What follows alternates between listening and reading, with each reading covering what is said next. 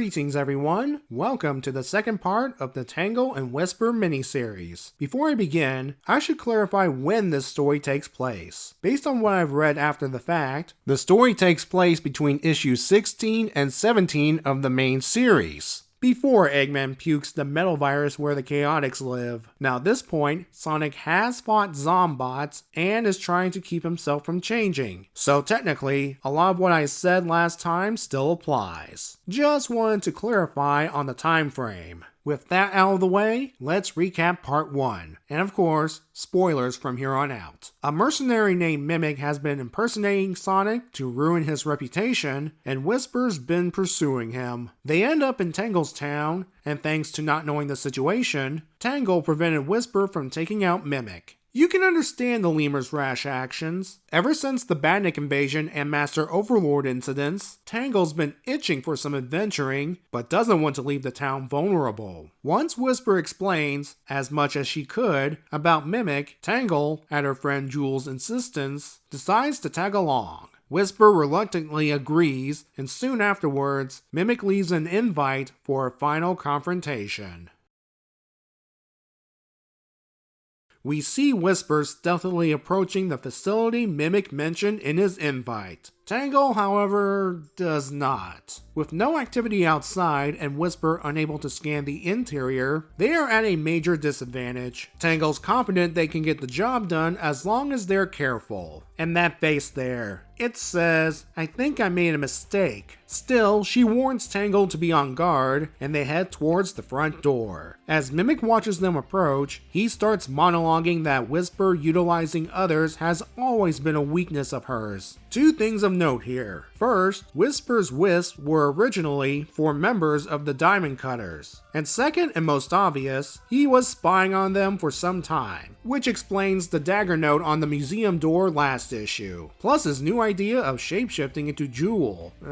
Sort of. Tangle and Whisper enter the building, and right away, Tangle finds sneaking around a bit boring. To quote, "Make him play at our pace," Tangle takes the high ground against Whisper's suggestion. This is when Mimic springs his first trap. He calls for help using Jules' voice. Tangle meets up with Whisper below to investigate. Sharp-eyed viewers may notice some things are a bit off. I'll give you some hints. Take a look at Whisper's speech bubbles, and something of hers is missing. Tangle notes these two details. Too little, too late. Whisper is actually Mimic. He knocks her into a safe and seals it, which is bad. Also, it's airtight, which is worse. Mimic then shifts into Tangle, and despite acting more rude than the actual Tangle, he successfully tricks Whisper into his next trap, an egg hammer utilizing a ball and chain. Once the initial shock wears off, Whisper quickly dispatches the Badnik and takes down Mimic after a brief firefight. Mimic may have deception and the element of surprise on his side, but his actual weapon choices suck. Whisper demands to know where Tangle is. That's when Mimic pulls out another thing he's good at, Mind Screw. He starts shapeshifting into 3 different individuals, their former teammates, all while piling on the "you didn't protect them" spiel. Whisper counters with the old "you sold us out" shtick while whacking him in the gut.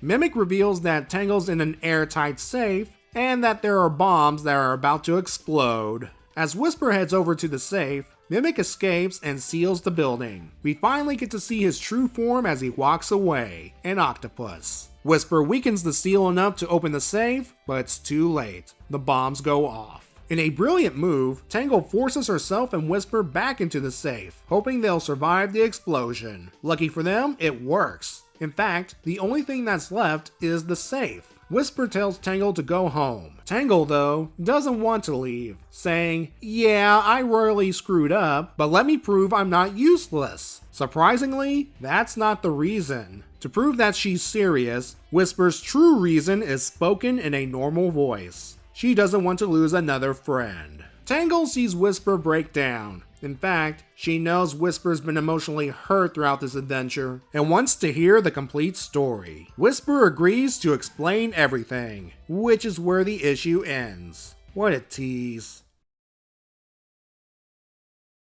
Alright, let's organize what we know so far about Whisper's former group, the Diamond Cutters. Yeah, it's pretty obvious at this point she belongs to them. There were 5 members, including Whisper, Mimic, and the 3 individuals Mimic changed into. Based on this line, they each utilized a wisp, presumably with their own individual wispin, before Whisper took them all to use herself. That's because Mimic betrayed the team and killed 3 of them under Eggman's orders. I'm sure the next issue will go into detail about these events. So let's move on to our players. Tangle is the outsider to this conflict. She wants that adventurous feeling so bad that even though she knows what Mimic is capable of, she made classic heroic blunders like leap before you look and splitting up. It almost led to death by asphyxiation. To be fair, she does admit she screwed up badly and wants to make up for it. I'd say using the safe to survive the explosion is a good start. She does have a good heart, and is doing this not just for the adventure, but to help her friend get some sort of closure. Throughout the issue, she knows Whisper's withholding details because they're a bit touchy. It's only after Whisper confessing about not wanting to lose another friend that Tangle wants the full story. Whisper's shell is cracking. While we have seen her become emotional, albeit briefly, in the past, facing the possible cause of her current state, plus almost losing Tangle, causes her to break down. I think this is why she sticks to the lone wolf routine. She doesn't want to get attached to someone for fear of losing them, like her old teammates. The interactions with Sonic and crew, and later Tangle, help her open up a little, but she's still afraid to form attachments. We'll probably know more about this next time. Mimic's true form is finally revealed. More than likely, he was based off the real-life Mimic octopus from the Indo-Pacific region. It can change its shape, skin color, and texture to resemble various aquatic animals. The comic Mimic goes far beyond that. As I said last time, the imitation is not perfect. In fact, someone pointed out that you can see his suckers on his hands in addition to the occasional freaky face. But it doesn't matter as long as he can fool a person long enough to spring whatever trap he has. I believe he has another limitation to his ability, the lack of vocal mimicry. Why do you think he shapeshifts into Jewel, or a close approximation, and not have Tangle find him in this state? He cannot imitate voices in his default or any other altered form. In my opinion, the guy is evil. Beyond the traps and deceptions, he shapeshifts into the dead diamond cutters solely to mind screw Whisper. Given her facial expressions and later breakdown, it works. No wonder Eggman hired this guy. There's still more story to tell, and next time, we'll finally get Whisper's backstory with the diamond cutters and what happened with the group. See you in part 3.